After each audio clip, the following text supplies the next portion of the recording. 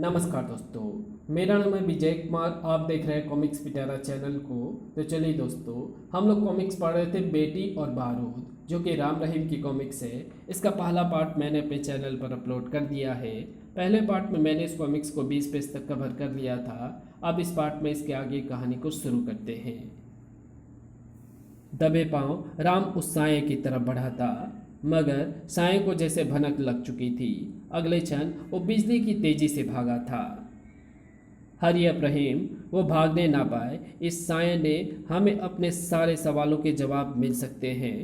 पल पल राम एवं साये के बीच की दूरी कम होती जा रही थी। राम का हाथ साये का नकाब नोचने के लिए उठा ही था कि शाबाश बिजली, ठीक समय पर आया तो। साये को अपनी पीठ पर सवार कर सचमुच बिजली ही बन गई थी बिजली। Damn it! एकाएक राम की नज़रें जमीन पर पड़ी किसी वस्तु पर टिकी रह गई थी। उस वस्तु को उठाते समय उसकी आंखों में 1000 वाट के बल्ब सी चमक थी। रहीम, तुम फौरन मकड़ी के पास पहुंचो, कहीं उसे तुम्हारे अधिक देर गायब रहने पर शक ना हो जाए।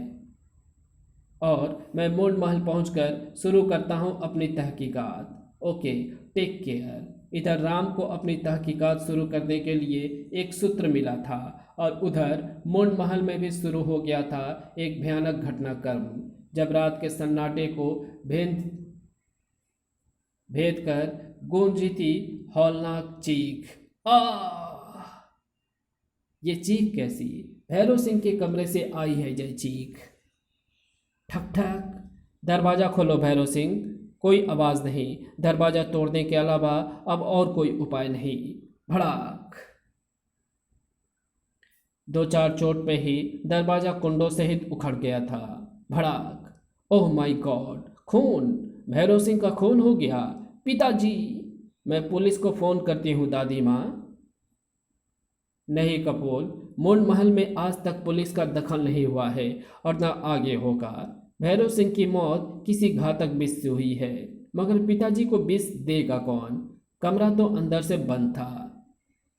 भैरव सिंह के जिस्म में विष किसी विषैले सांप द्वारा पहुंचाया गया है, जो संभवतः उस नाली के जरिए अंदर आया था। हे भगवान, ये क्या हो रहा है मुंड महल में? जो भी हो रहा है बड़ी प्लानिंग से हो रहा है दादी माँ। हत्यारे ने अपना खेल शुरू कर दिया है। यह भी निश्चित है कि हत्यारा हम छहों में से कोई एक है, इसलिए अब असली हत्यारे की पहचान होने तक हम सबको एक दूसरे से बेहद सावधान रहना होगा। मगर हत्यारे तुम भी तो हो सकते हो। बेशक, मैंने कब मना किया? तुम मुझसे बचकर रहना। व्यर्थ का वाद विवाद करने से कोई फायदा नहीं है। भैरव सिंह की अंत्येष्टि का प्रबंध करो दीवान जी। ना जाने कैसी आफत टूट पड़ी है मुंड महल पर। आफत अभी टूटी कहाँ थी? आफत तो अभी हौले हौले धरती की तरफ बढ़ रही थी। उस वस्तु का कुछ पता चला अल्लाह? अभी नहीं राजकुमारी सायोनारा, मगर शीघ्र ही हमारे शक्तिशाली रडार उस वस्तु से निकलने वाली तरंगे को पकड़ देंगे। पता लगाओ अल्लाह, शीघ्र पता लगाओ। तुम तो जानती हो कि उस वस्तु को हासिल करना हमारे लिए कितना जरूरी है। धरती की तरफ आहिस्ता आहिस्ता बढ़ रही थी उस आफत से बेखबर इस गुफा में। हमारे जाल में रत्ती भर भी छेद नहीं है रहीम। जाल तो सशक्त था हमारा, मगर वो दूसरा छोकरा ना जाने कहाँ से आ मरा। सच पूछो तो हम स्वयं आश्चर्यचकित हैं कि उस छोकरे के पास कुंवर विक्रम सिंह से संबंधित तमाम सबूत कहाँ से आए। कहीं वो सचमुच कुंवर विक्रम सिंह तो नहीं है? नहीं, वो असली कुंवर हो ही नहीं सकता। क्योंकि खैर छोड़ो, मकरा को ऐसे बेवकूफ़ों से निपटना अच्छी तरह से आता है। तुम मज़े से तमाशा देखो, ना जाने क्या करेगा ये शैतान। तुम समझते हो छोकरे कि मैं तुम्हारी राम से हुई मुलाकात से अनजान हूँ? नहीं, मुझे सब पता है, मगर मकड़ा को फिलहाल तुमसे कोई खतरा नहीं है। मकरा के कुछ करने से पहले ही बहुत कुछ हो गया था। जो चला गया है उसके पीछे दुखी नहीं हुआ जाता। कपोल कपोल चने की सब्जी बहुत अच्छी बनाती है। सब प्रेम से चना खाओ। अभी राम ने रोटी का एक कौर तोड़ा ही था कि आह बिच्छू! बचो दीवान जी! पलक झपकते ही प्रचंड के कदमों तले कुचल डाला गया वो बिच्छू। मुंड महल जंगल में स्थित होने के कारण यहाँ सांप बिच्छुओं का निकल आना आम बात है। बिच्छू मर चुका है, अब आराम से भोजन किया जाए। अभी भोजन के कुछ कौर प्रचंड के मुंह में गए ही थे कि आह! प्रचंड, क्या हुआ बेटे? आह! मेरे पेट में जलन हो रही दादी माँ, तीव्र जलन, मेरी आंखों के आगे अंधेरा छा रहा है। अरे कोई डॉक्टर को फ़ोन करो। अब इसकी ज़रूरत नहीं पड़ेगी दादी माँ, प्रचंड मर चुका है। धार धार बज उठे थे सबके दिल, मानो सिर पर आसमान फटा था। पलकों ने झपकने से इनकार कर दिया था। मरघट से सन्नाटे को आखिरकार भंग किया राम की आवाज़ ने। इस बार हत्यारा बहुत चालाक निकला दादी माँ। बिच्छू का सहारा लेकर उसने हम सबका ध्यान बटा दिया और इस बीच ना जाने कब प्रचंड की सब्जी में घातक विष छिड़क दिया। मगर तुम इतना सब कुछ कैसे जानते हो?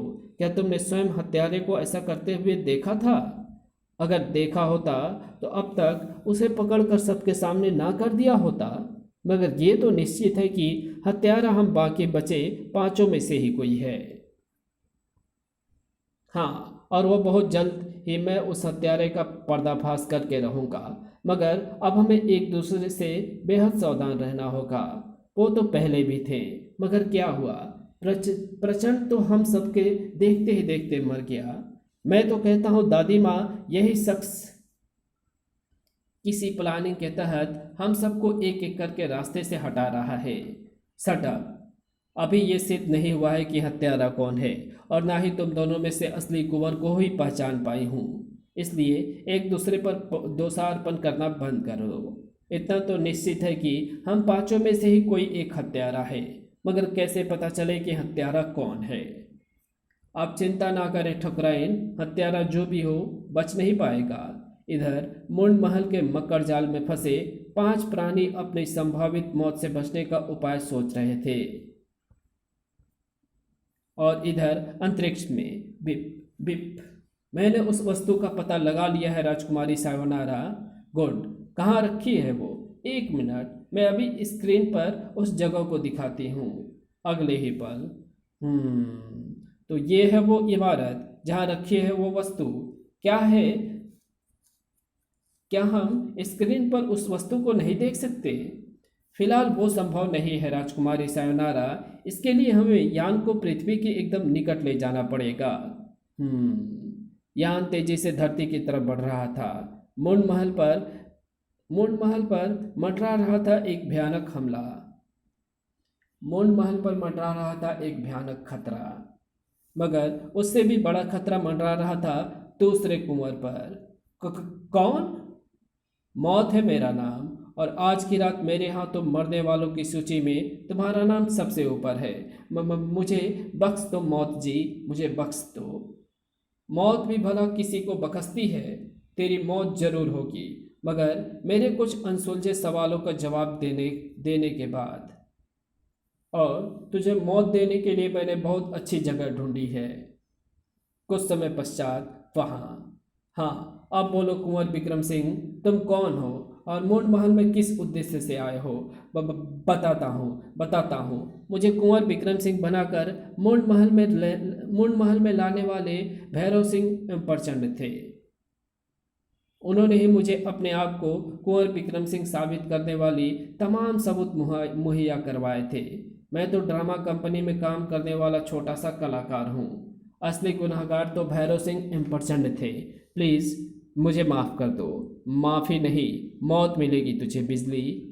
अगले ही क्षण सचमुच बिजली बन गया बिजली। हिंद, धड़ाक भड़ाक, आ। और जब बिजली के पैर रुके, दूसरे कुंवर की खोपड़ी चूर चूर हो चुकी थी। ये तो गया, अब बारी है दूसरे की। चल बिजली।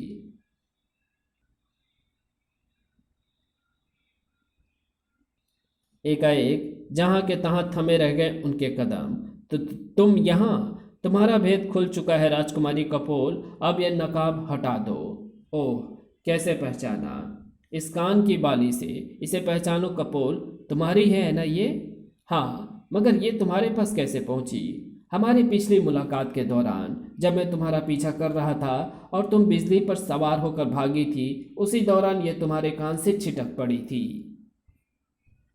और मैंने दादी माँ के सामने तुम्हारा राज नहीं खोला तो सिर्फ इसलिए क्योंकि मैं ये जानना चाहता था कि तुम ये सब हत्याएं क्यों कर रही हो।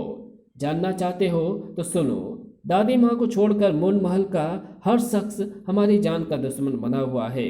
सभी उस रहस्यमय वस्तु को पाना चाहते हैं जिसका जिसका राज सिर्फ दादी माँ जानती हैं। और वो वस्तु कहाँ रखी है ये भी सिर्फ दादी माँ को पता है। मगर दादी माँ वो वस्तु तुम्हें क्यों नहीं सौंपती? क्योंकि दादी माँ का कहना है कि उसे पाने का अधिकार सिर्फ उनके पोते कुंवर विक्रम सिंह को है। सुनो कपोल, मैं तुम्हारा भाई की जगह तो नहीं ले सकता, मगर भाई बहन के पवित्र रिश्ते की सौगंध खाकर कहता हूँ कि आज से इस जंग में मैं तुम्हारे साथ दूंगा, तुम्हें दुश्मनों के चक्रव्यूह से मुक्ति दिलवाऊंगा। मगर तुम हो कौन? मेरे बारे में जानने के लिए इस आइडेंटिटी कार्ड को देख लेना ही तुम्हारे लिए काफ़ी रहेगा। राम, भारत का मशहूर जासूस। और अब ध्यान से मेरी योजना सुनो कपोल। और जब कपोल को सारी योजना समझाकर कपोल के साथ मून महल की तरफ रवाना हुआ राम, तब उन्हें दूर जाते हुए देख रही थी ये आंखें जिनमें धधक रही थी आग। यह आप क्या कह रहे हैं दीवान जी? जो हमने अपनी आंखों से देखा वही बता रहे हैं मकड़ा। हत्यारा और कोई नहीं, स्वयं कपोल है। ओह, तो इसका मतलब कपोल को भैरव सिंह प्रचंड एवं उसके दूसरे कुंवर की भांति आप पर भी शक हो सकता है। शक ही नहीं, हमें पूरा विश्वास है कि उसके शिकारों की लिस्ट में अगला नाम हमारा ही है। इसलिए अब हमें जो भी करना है फौरन करना है। आप चिंता ना कीजिए दीवान जी। मकड़ा ने 5 लाख रुपए आपसे इसी बात के लिए लिए हैं कि वो हर हालत में आपको वो चीज़ हासिल करवाएगा जिसे पाने का आप वर्षों से सपना देख रहे हैं। उस दूसरे कथित नकली कुंवर की मृत्यु के बाद अब हमारा आदमी राम जल्द से जल्द उस चीज़ को हासिल करेगा। मगर राम ऐसा क्यों करेगा? वो तो खुद कपोल से जा मिला है। उसने हमारे साथ गद्दारी की है मकड़ा। नहीं दीवान जी, अभी आपने मकड़ा के जाल को नहीं समझा है। जब तक ये रिमोट हमारे हाथ में है, राम हमारे इशारों पर नाचेगा। हो सकता है कपोल के साथ मिल जाने से भी कपोल के साथ मिल जाने में भी राम की कोई चाल हो।